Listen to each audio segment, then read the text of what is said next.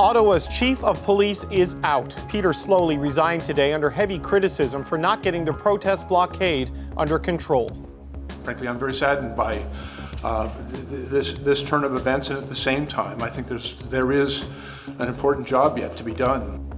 Sources tell CBC News Peter Sloly had a temper and it compromised his handling of the crisis. The new acting police chief says he's confident the force now has the resources to end the occupation.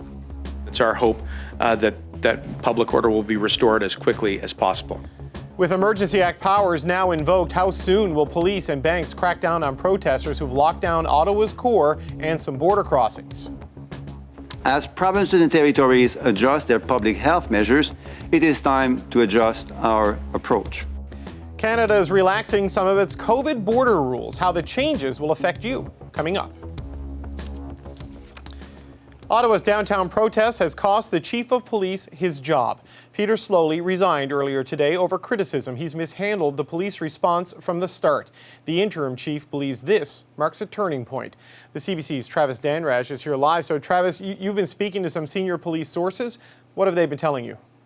Yeah, that's right. My colleagues, Peter Zamanovich, Stephen Hoff, Judy Trin, and I have been looking into this story in terms of what is going on behind the scenes, or what has been going on behind the scenes at the Ottawa Police Service amid all of this criticism that the force is not doing enough to deal with the situation on the streets of Ottawa. And we have talked to multiple sources inside and outside of the force who paint a picture of a lot of divisions within the senior leadership, and some folks pointing to Peter Sloly's behavior that is creating those divisions and really stalling this effort. Obviously, Peter Sloly no longer with the reins of the police service and stepping aside today, but we were told that he has berated, belittled, and bullied senior officers, according to sources, in senior leadership meetings. And also that 3 incident commanders, according to sources, have been reassigned because of disagreements with Sloly in the past,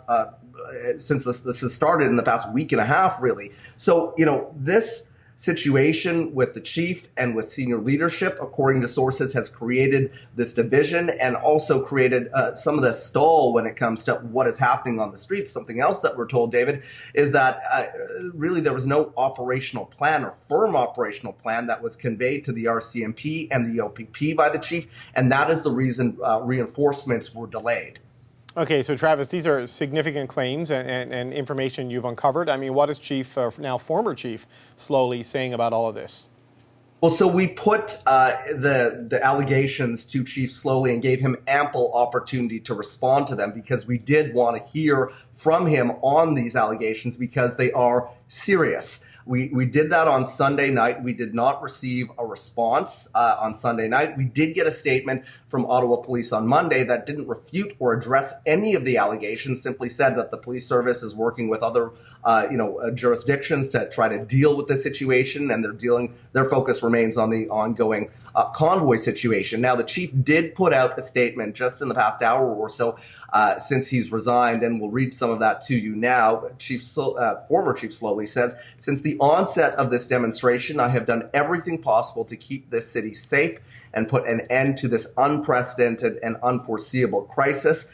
We have acquired new resources and enforcement tools and stood up the new integrated command center. I'm confident the Ottawa Police Service is now better positioned to end this occupation." So that coming from Chief Sloly, or former Chief Sloly, in the past hour. The person that is taking the reins is Deputy Chief Steve Bell. He is now in charge at the helm of the Ottawa Police Service. He spoke at a Police Services Board meeting a little while ago. Here's what he said.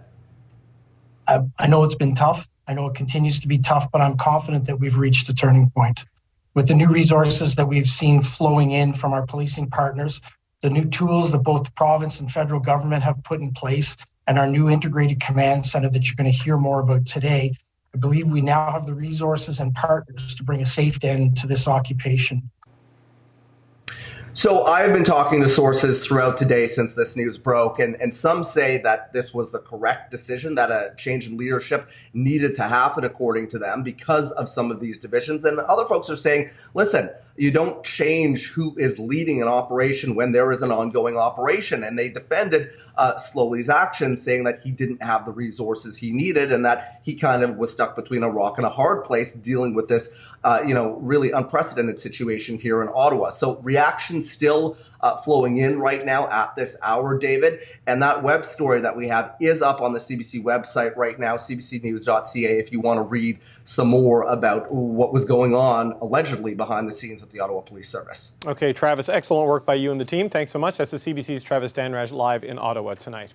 Okay, as Travis said, the reaction is flowing in. And for more on the police chief's resignation, we've reached Diane Deans. She's an Ottawa City Councillor and the chair of the city's Police Services Board. Councillor, thanks for joining us. My pleasure, David. Did Chief Sloly quit, or was he fired for what's happened in the city? I think you can appreciate, David, that that's a labor relations issue, and I am not able to comment on the specifics. But we certainly wish Chief Sloly well in the future, and we thank him for the work that he did while in Ottawa as Chief of Police. But, Councillor, this is an abrupt change of leadership in the middle of a policing crisis. I mean, don't the people of Ottawa deserve to know exactly what's happened here? I mean, a resignation or a termination is an easy distinction to make, is it not? Well, yes, it is an easy distinction to make, but it's a labor relations issue. We never comment on labor relations issues. I think you can appreciate why, David. I think that the people of Ottawa will all draw their own conclusions, but it was a mutual agreement between the chief and the board. The Deputy Chief Steve Bell will now be the interim chief. Will he be in charge of the occupation response, or should the RCMP or the Ontario Provincial Police take over, given the state of the situation here in the city on day 19? Yeah, interim Chief Bell is interim for now, but I can tell you that the Police Services Board is working very hard to put in place a new command structure that will bring about a peaceful and expeditious end to this occupation that has gone on for far too long. In terms of working with the upper tier governments, I think that this interim command structure is much better. It's working better already for us. It's providing us with the resources and some of the knowledge base that Ottawa Police Service did not have.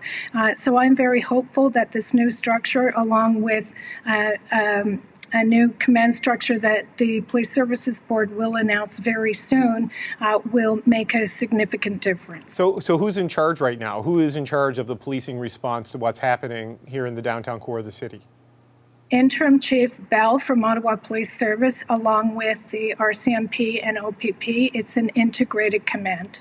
Okay, I remember Chief Bell from a news conference not that long ago when he's the senior officer who said he took the protesters at their word and they had intelligence that they were only going to stay here for 3 days. So, I mean, what assurances do the people of Ottawa have that the response is going to be any better, given that, Interim Chief Bell was part of this command structure?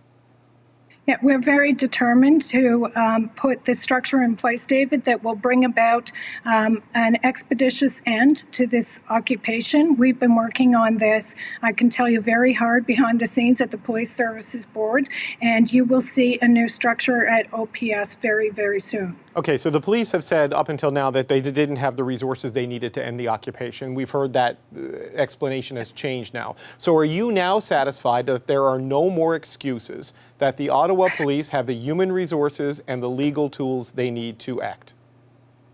Well, I am satisfied that they have a lot more tools. I can tell you last weekend, after Mayor Watson and I made that request of upper tier government, that the resources trickled in. They did not flow in, and it was very frustrating. And it seems to me Steve Bell did not agree with this necessarily today, but it was just my observation that once the integrated command structure came into place, that the resources started flowing in a lot better. So yes, there are more resources here. I think there is a determination to get this over with, and the Police Services Board is putting a new structure in place at Ottawa Police to give them everything they need. I mean, I said, look at David, I said today, you know, I've had it. I'm the chair of the Police Services Board. I have a very limited role to play because if you read the Police Services Act, you'll see for yourself that we have very limited in what we can do. But we can get them resources and we can put a structure in place, and that's what we're doing. And, you know, even when the resources were coming, I mean, I was just aghast this weekend that, you know, there's a bouncy castle and there's a hot tub.